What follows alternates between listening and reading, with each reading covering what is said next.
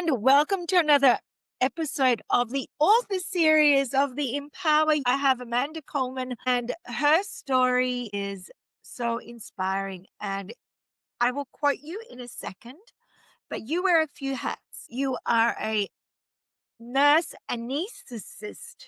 Such a, And is the Australian way, anesthetist, such a tongue okay. twister word. So basically, you have been helping people with their life, giving them life for well over 20 years. You're a mum of four. You wear many hats.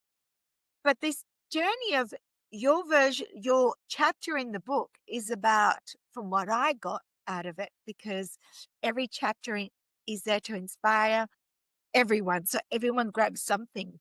What I grabbed from your chapter was, it's time to get my time back. It's time to get my time Absolutely. back. Time to It's get my exactly what time it back. is. Yeah. And I'll quote you in a sec. And I know now you are in the health and wellness industry as well, which I love the fact that you learned what you've done and you've taken that journey and catapulted it in another area of your life. And who knows Yes. where it transpires tomorrow? I don't know. Who knows? But I ask you this, Amanda, what inspired you to write the chapter to start off with? It's really crazy how my journey has just transpired. It's like when I need something most, doors open. Oh, I never in a million years imagined me being an author. Never in a million years thought of me writing in a book. And you know what happened is I had a woman who was writing in this book reach out to me. Like she was, she was looking at some of my social media posts and she's like, "Amanda, I love how you inspire women and empower women and I think you should do this." And honestly, I was a little hesitant. I'm like, "What is this? Like what do you mean by do this? Like what do you mean write in a book? What do I need to do?" And the more I learned about it, I jumped on board right away because I think it's absolutely huge. Everyone has a story, everyone has a reason for starting things. And there are so many women around the world who are in my shoes, who are professional moms, who everything their kids pull at their heartstrings every single day when they hear, "Mom, why do you need to go to work?" And I think it's so important that moms know that there are options. There are women out there just like you who decided to take a different path.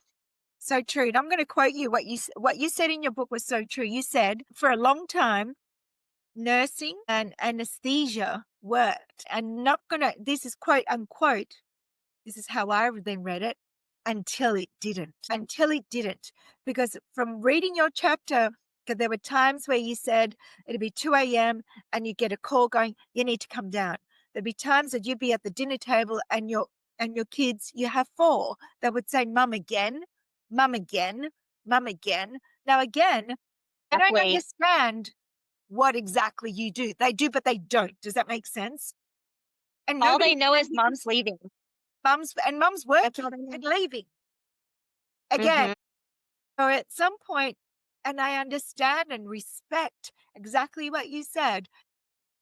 You're a working mom, and I respect all mums doing this, but it doesn't always have to be that way. And then you went on and said today, don't today you say yes to you, no to contracted work without guilt. I love that you said that. I love that you've flipped the narrative. Absolutely love that you flip the narrative and you now educate others in the health industry as well to do that too. Because you pretty much said in your chapter, you know what?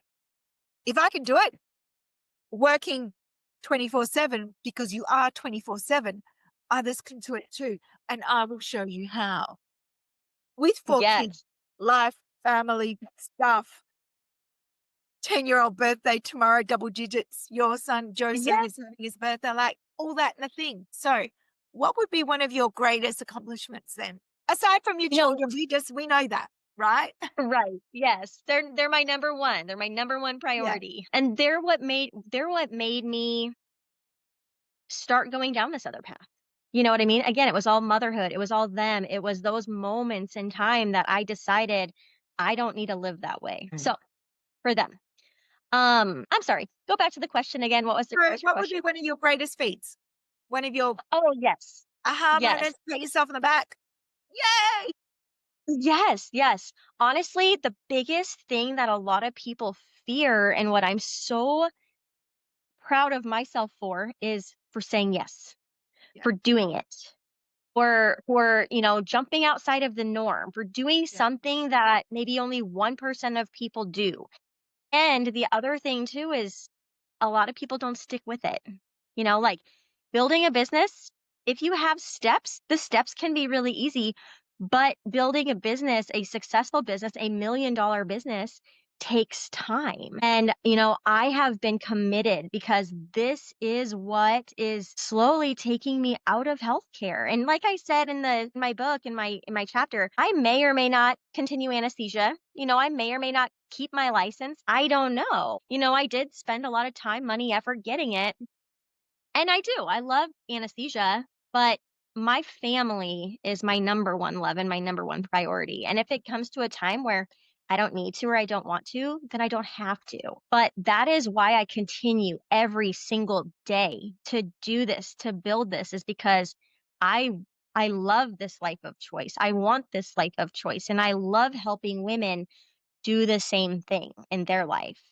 and we have choice. A lot of people think that we don't, but we do. You just need to believe Yes. in yourself. Like you're I can feel your energy, like you're projecting it. You're like, I love what I did, but I just don't love who I was becoming. So Yes. I love that you acknowledge it and you said that.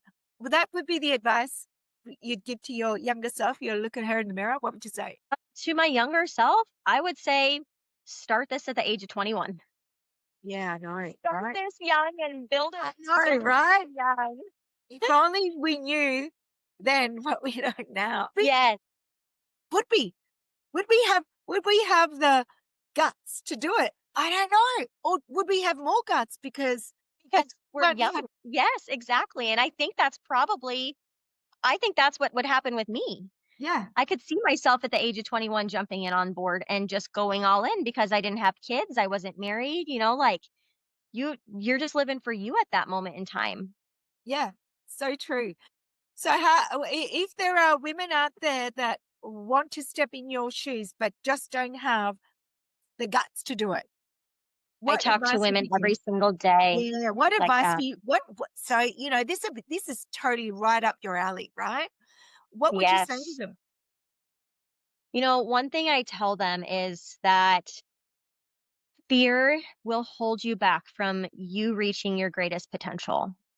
And I know that there are so many women out there who they don't know how strong they really are and Mm, how much they really have to give to other people. Because what I do, it's not just about me. It's not building my life only. What I love about this is, yes, I'm part of it, but for me, it's changing other people's lives. yeah, So, like, I put a lot of my heart and soul and time and energy into my other women who join me because their success is what I love. And watching people go through that journey is just absolutely incredible. because you watch the transformation and lack of belief to belief. Yes. Doesn't me selfish, but I think that's pretty cool. Like, Yeah, and what honestly, you said. I've been here for 2 years and I've been speaking with some of the same women from the minute I started business to even now 2 years later, and they still just don't seem to have that belief in them that they can do this. That, "Oh, I'm not good at that. I can't do what you do." But, it's still kind of instilling in them that they have what it takes. I can give them all the strategies, I can give them all the, support, but it's up to them to say yes and to step into this new life and this life that they desire. Absolutely. Amanda, short and sweet, thank you so much for sharing your very, very inspiring journey from what you do and what you said before. I may not be in it for the next 20 years. This could be my exit plan. But the fact that you're just flipping the switch, going, you know what? I listen to my kids and the gut was telling me to change something is an amazing thing because I do believe that there are opportunities out there that are working mums, just like you're doing right now. You just need to just get out there and do it, is what I would suggest. So get Yes. Yes. out there and do it. And, Just get out there and do it. you know, connect with Amanda, read her chapter. It is inspiring. And because when I read it, I'm like, oh, there's a bit of me in there as well. There's a bit of me. I was that runner too. And I'm like, oh, wow, there's another woman in there that has done what I've just done. I listened like you did. You listened to your kids, you listened to your gut, and you said there should be something else. And you're still doing what you love, which is helping others live. Absolutely. So, Amanda, thank you so much. I appreciate you and congratulations yet again on being a best-selling author, which Thank is you so great. much. You have an awesome morning and awesome afternoon because I believe it's evening where you are. It is evening, yes. It is. I will speak to you again. Thank you so much. And I'm about to pause.